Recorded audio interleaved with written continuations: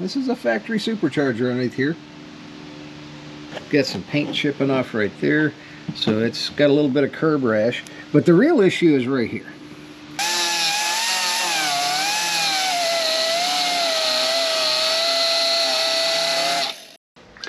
Hello everyone, welcome back to Maverick Mods.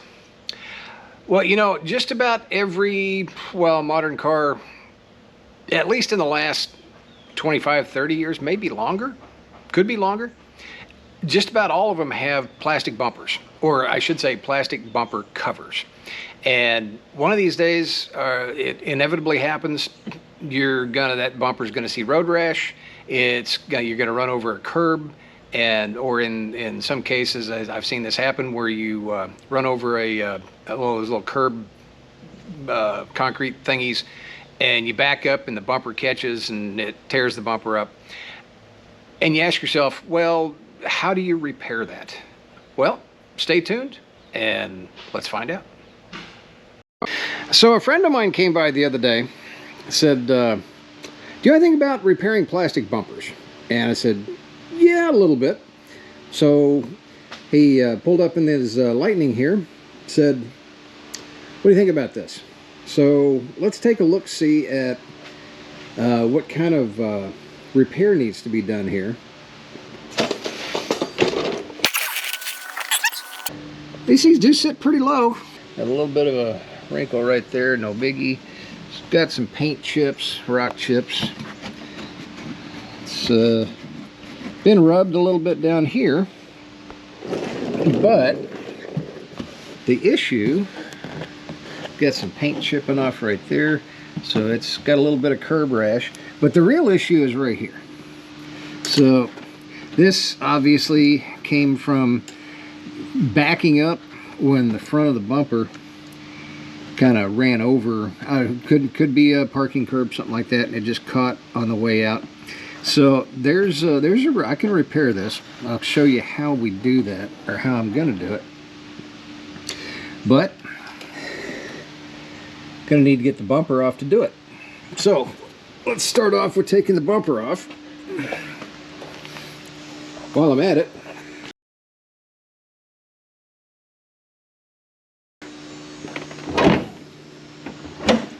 this is not your ordinary F-150. This is the Lightning. So it's pretty cool. This is a factory supercharger underneath here. I've never worked on one of these.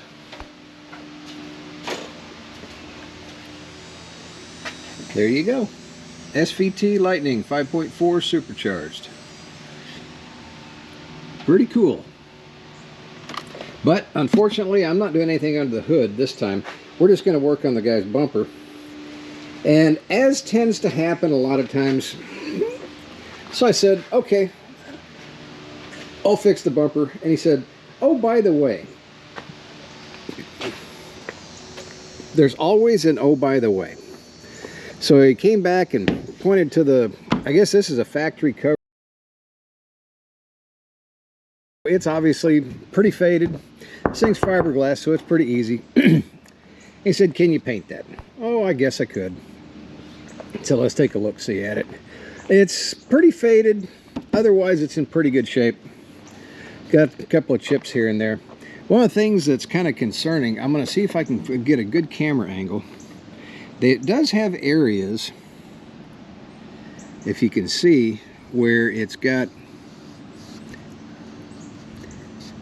some cracking. And I've got to see if that's in the paint or if it's in the gel coat.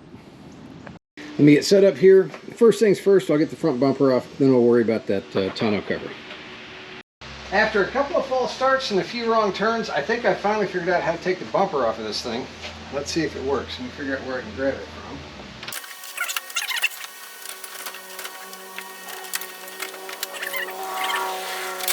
Alright, bumper's not ready to come off yet. Since nothing can just be that easy, obviously, the intercooler was attached to the bumper bracket. So I've got the intercooler loose. Let's try this again.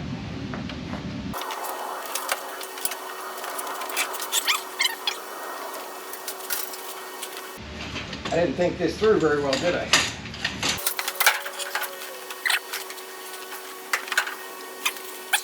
Let's see, I got to put that back together a little bit because I need to back this out. And obviously you can't just leave the intercooler dragging like that. So I'll put that back up, spin it around, and we'll get the rear tonneau cover off next. I've got the bumper cover separated from the bumper itself, and one of the main reasons for doing that, obviously, you need to be able to access any repair. Somewhere on the bumper should be stamped, okay, that's a part number. Okay, right here. Basically, it's gives a whole bunch, gives a part number, front bumper, made in Canada, Polycon Industries. What's really important is right here, if you can see that. See if I can hold the camera and my light. Right here, it says TEO. So TEO stands for Thermoelastic Olefin. That tells you the type of plastic the bumper is, and that's very important. The reason is, in order to do a repair and do a basically plastic welding, you need to use the same material to weld the bumper together as what the bumper's made of. Otherwise, the repair won't last. It'll just crack and split again. So let's go and take a look at my plastic welder. This is a very basic plastic welder. They make essentially two different kinds. There's a nitrogen type, which is essentially you have to have a nitrogen tank. It heats up nitrogen, so it keeps the air away from the plastic, and it basically blows hot nitrogen onto the plastic. That's way more than I will ever do. So I've got this type here, which is, you know, you'd think, well, that's a soldering iron. Well, not quite. The important thing about this is on the tip, let's see if I can see it here. The tip has a shoe. There's a couple of different kinds, but on this shoe, the tip has a little what's called feed slot, where you can actually feed plastic rod through the tip into the repair. And as we do the repair, I'll show you this. But the most important thing about the dedicated plastic welder is the controller. So if you look here, let's see if I can get it to focus in a little bit. So basically, you've got all kinds of different settings. So let's see, I'm trying to remember. PUR is polyurethane, ABS, polyethylene, polypropylene, TPO, which is essentially thermoplastic olefin. So TPO and TEO, which I have, are the same thing. So I'll be using this setting, R5. And then PA, PC, polycarbonate, and nylon. Nylon's PA, PC's polycarbonate. And then Uniweld Fiberflex, not a clue. No earthly idea. But the idea here is that you can adjust the heat that the welder's going to put out, because obviously too little heat and you'll never melt the plastic, but too much heat and you can actually ruin the plastic and you can overheat it. So it's actually really important to use the proper settings for here. And what I've got here is I've got a bunch of different types of filler rod. So let's see, for example, this is ABS. We got polycarbonate, polypropylene. I think there's some universal in here somewhere. Here's some polyurethane. But what I'm going to be using today is right here. And this is for TPO. So TEO, TPO, same thing. So I'll be using this rod to do the repair. So let's take a look at what we have to do to repair it.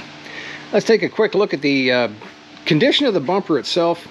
I've got a torn mounting location here. I can repair that. Looks good here. This is just scratches, so not an issue there. Inside the bumper, otherwise looks good. I've got, I think, one spot right here on the grill. I can do a little bit of a repair there. Up here, we're looking good on the outside. All our mounting locations are good. We've got some scuffs down here we can just work out. And down along the bottom, we're good. Everywhere here, this is a little bit out of shape, both places. I can just take and heat those and bring them back. But here's the biggie. Drove over a curb, backed up, and it pulled, the force of pulling it back just kind of ripped this back out. Let's turn the bumper over and take a look at what we got on the front. So I looked at the outside of this just briefly while it was still on the truck. Everything looks good except we've got some paint flaking off here. A lot of scratches here. Have to do a little bit of filling, some sanding, some blending there. Otherwise up here we're looking really good. Looking pretty good. A few scratches there. Got a little bit of a divot here and here. That's actually for the license plate, so I'm going to leave those. Got a little bit of a blemish here I can fill in. Figure if I'm going to repair it, I might as well make the whole thing look good again, because the whole thing does have to get repainted. You can't spot paint one of these. So I've got a little bit of paint flaking off here. Same thing, I've got some scratches, minor, some paint flaking here. These are stress cracks in the paint. We can fix that. A little bit of scratching, but here's the biggie. This is the main point of repair right here. So obviously right up in here, this is just scratches from rubbing against something that was not, the truck was a little bit too low for, but right here. So this will actually be kind of a two-step repair. Step one is I'll take my heat gun and slowly and carefully heat this, bend this back into shape. Once I've got it bent back into shape, I'll have to come back through and then weld this back together. In fact, I'm probably going to have to make a little bit of relief cut right in here to get everything to come back into shape, form it back, and then weld it from there. So let's get started on that first. First step in working on this repair is we got to get the paint off of the area right up in here, because I'm going to have to go and I'm going to have to cut a little bit of a relief cut here and then get the heat gun to it. And of course the heat is just going to ruin that paint anyway. And when the repair's in process, all the paint's got to go anyway. So let's do that first.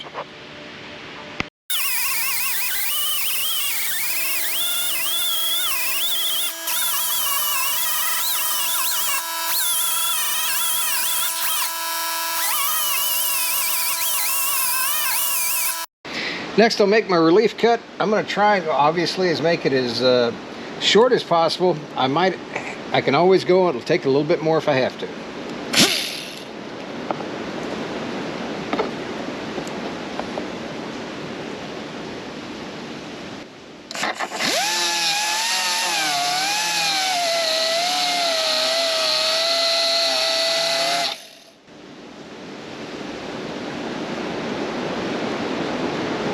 Okay. All right, let's try that. Next, I'm going to put some heat on this side. Try and bring this up. Got to be careful with the heat gun though. Don't want to put too much heat to it.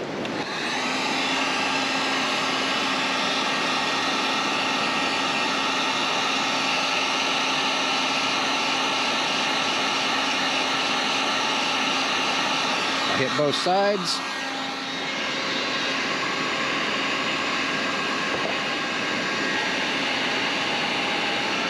Test it. Yep, okay.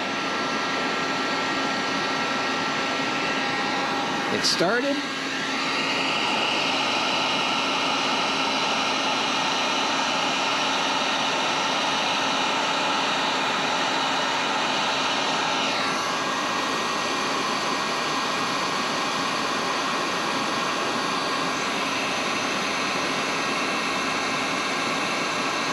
I'm gonna work on this side. Same thing, we'll hit both sides.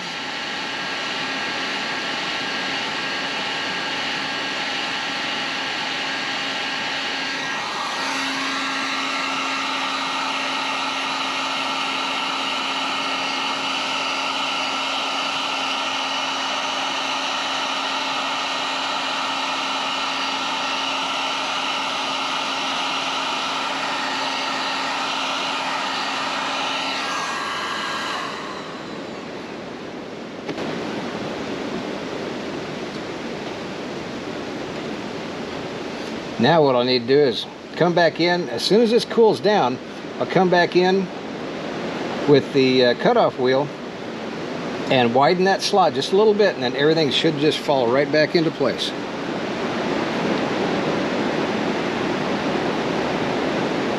Now we need to let that sit for a little bit, let the heat dissipate.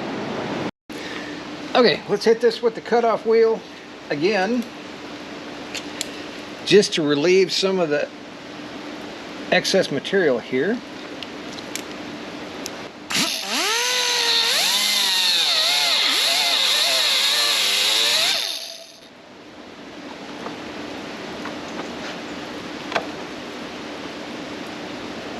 Okay. All right, let's hit it with the heat gun one more time.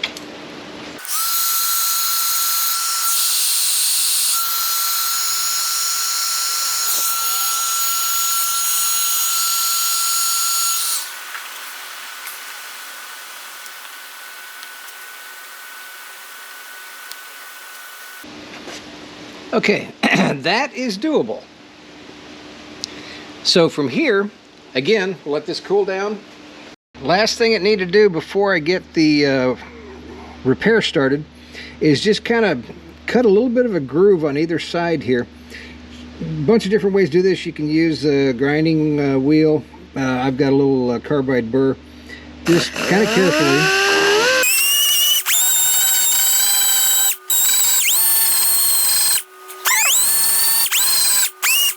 That'll do two things. It'll kind of clean up and get you back to virgin plastic. But the other thing is, a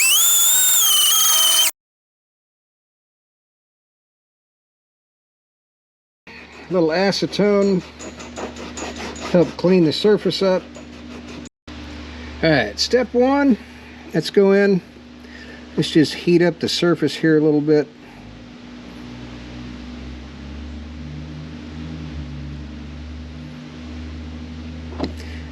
In a way, this is not much different from old-timey gas welding.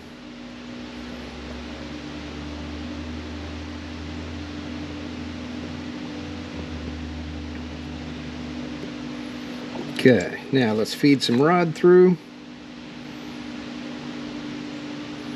You can see it coming out of the bottom here.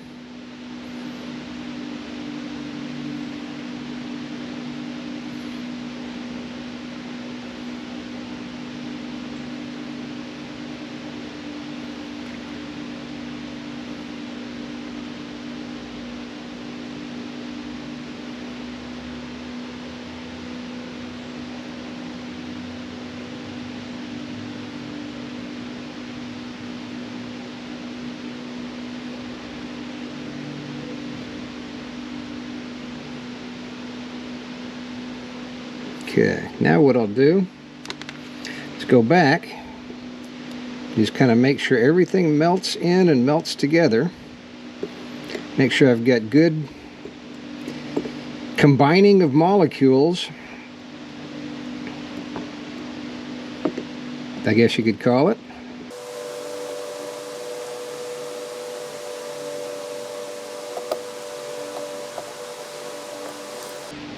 One thing about doing this, it is kind of, well, I don't want to say the word messy, but it doesn't have the precision that you get with working with metal, because it's kind of gooey, but it works out in the end. Okay, let's let that sit and cool, then I'll work on the top side. Let's do the repair on the front side here. Same drill. I grooved it, widened it out a little bit, cleaned it up with acetone. Still got a little plastic left over from the bottom side. We'll heat the plastic.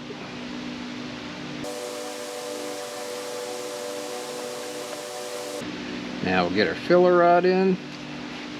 There we go. All right. Now we'll do the same thing. Start filling this in.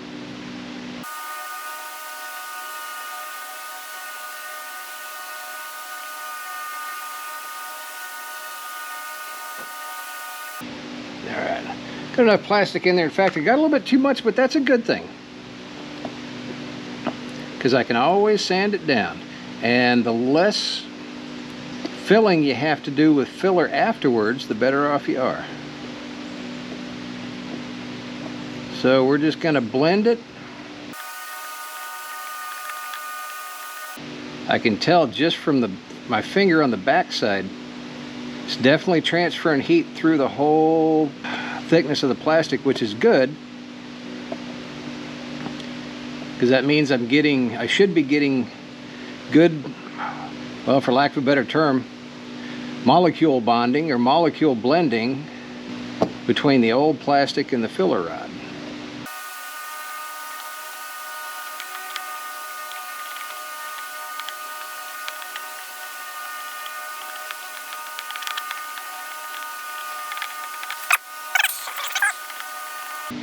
There we go. All right, we'll let that cool. I'm gonna hit it with the heat gun one more time just to kind of take a little bit of that wrinkle out, and then we can start sanding.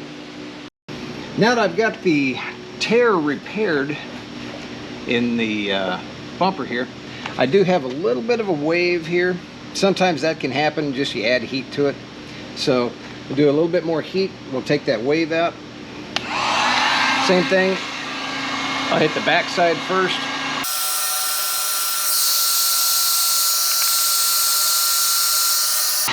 Now on this one, we actually got to kind of hold it in place for just a second. Okay, I've got a little bit of an area right here that just needs to come out just a little bit, so I'll do the same thing.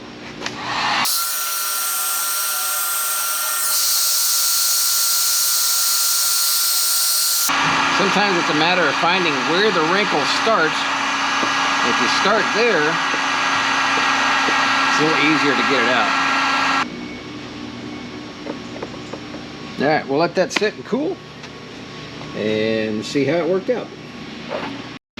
Final piece of the puzzle on the repair is just to smooth this area out. You can do it a couple of different ways. Hand sanding works sometimes. If you use a air or electric sander, just low speed and light touch, that'll work.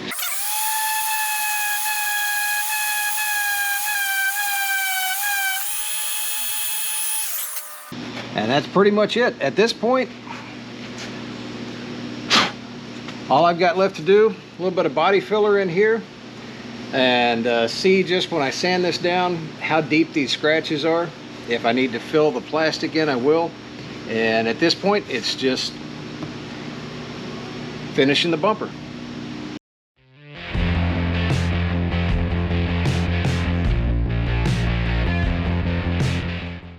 From here on out, since this thing has so many different curves, the rest of it's all hand sanding. Yay me, oh glorious sanding.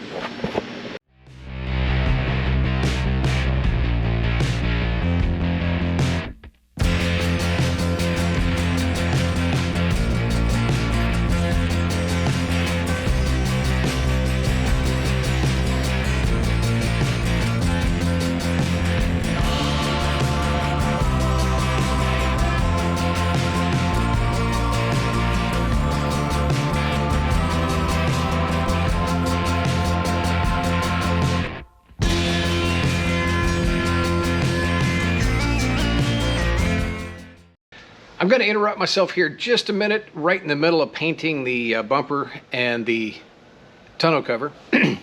Let's talk about paint guns just for a second. I learned to paint way back in the old days when you had siphon guns, painting at 50, 55 PSI, lacquers, acrylic enamels. Things have progressed since then. I bought my first HVLP gun, which stands for high volume, low pressure, for anybody who's wondering. 30 years ago. And it's been a great gun. In fact, this is it right here. As you can see, it's well used, well worn. It was not expensive even back then. By standards back then, it wasn't that expensive. This thing just goes and goes and goes and goes. Love it. I just, about 2 years ago, replaced the seals on it for the first time in 30 years, and it still just goes and goes and goes. But as you can tell, it's pretty worn, pretty used. This is my primer gun. Once in a while I'll do base coat with it. In fact, on the Lightning I used this for base coat. But over the years, paints have evolved. to the point where nowadays, and a disclaimer here, I'm a garage painter. I'm not a professional painter by any stretch of the imagination. This is just a little bit of what I think I know. Modern clear coats, what they call high solids clears, in my experience, just flat don't come out of an HVLP gun very well. They tend to orange peel because it's just too, I guess, heavy of a paint. There's probably somebody that knows much more about this than me that can correct me, so if that's the case, please do. So recently I went and bought what's called an HTE gun. That's this little guy right here. This comes from Harbor Freight. It's their Black Widow series. I think they retail for about 200 bucks. And I'm here to tell you, this thing is fantastic. There's plenty of painting websites out there that'll tell you the difference between HTE and HVLP. You're about to see one of the big differences, and that this gun right here automizes paint like I have never seen before. You can shoot an HVLP gun a lot of times almost with no ventilation. You can do it in your garage and you don't get a lot of overspray and you don't get a lot of fog. And what you're about to see, the first time I saw it on camera, it just blew my mind. After about a minute, it's like you're painting inside of a ping pong ball. And it has made me rethink the ventilation requirements for the eventual paint booth that I am going to put in the shop here. So, let's press on. Again, love this gun. The finish is fantastic, absolutely fantastic, much better than an HVLP for clears. So let's just watch me paint inside of a ping pong ball.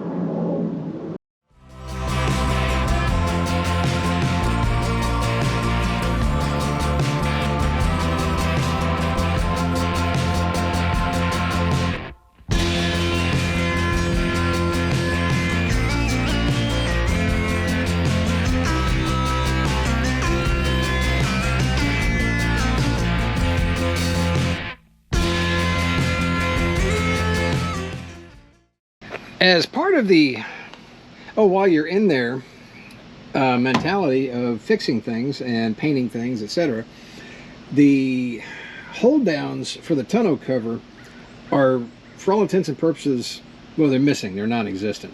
And there's supposed to be just a bracket here that's got a little slot that it's flat gone. And you can see it on the other side.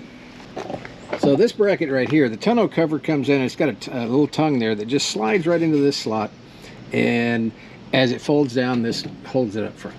So since that one's gone, no idea where it is, I'm going to, these are pop riveted in, I'm going to grind the rivets off and get this bracket off, and I'm just going to bend one up, fab one and bend one up out of 1/8 inch steel, paint it. I know this is stainless, but I don't have any stainless here that size.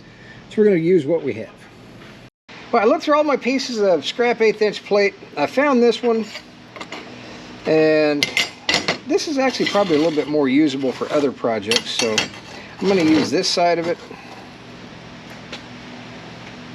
and we will figure out, leave myself a little extra. So I'm going to start off,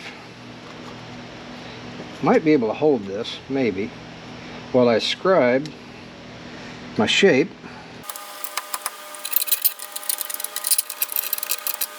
Going to roll it down. I've got a basic shape here. Now I'll go on the bandsaw, we'll cut this out, and I'll be right back. Here's the existing piece.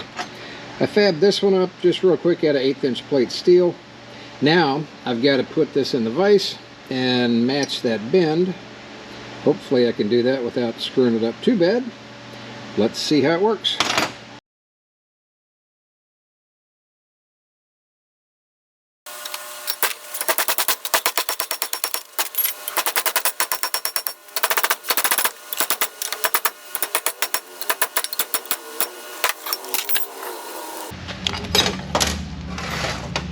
I really do need to get a slightly better bench, but what the heck. Alright, well, I think we're pretty close. Where'd my other one go? After a quick trip through the blast cabinet and a little bit of paint, there's my replacement fabbed up bracket. There's the new one. Let's see if they can mount up. I just pop rivet them on like they were originally. We'll start with the old one.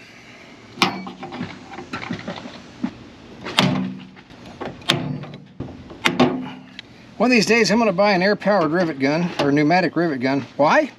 Why not?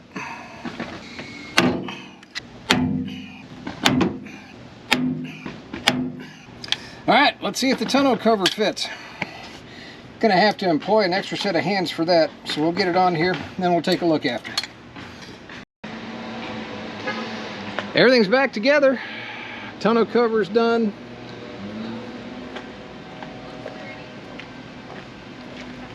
Bumper's on. Looking good. Friend's here to pick it up. He's happy. That makes me happy. Got the new brackets on. Everything looks good. I'm going to put a done stamp on this.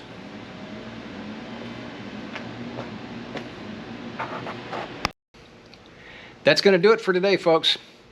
Lightning done. Looks a whole lot better than when it came in. It's kind of the goal. I know it's not technically a survivor, but it's pretty close. It's a 2000 model. It's 23 years old. Still looks great and looks even better now. Certainly appreciate everybody watching. Please like, share, and subscribe. It certainly does help me out.